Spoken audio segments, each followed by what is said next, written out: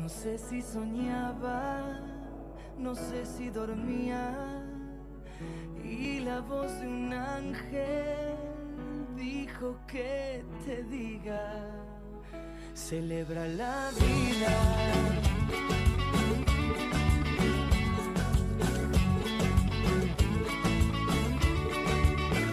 Piensa libremente, ayuda a la gente, y por lo que quieras lucha y sé paciente.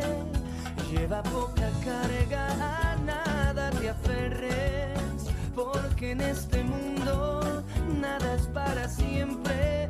Búscate una estrella que sea tu guía, no hieras a nadie, reparte alegría.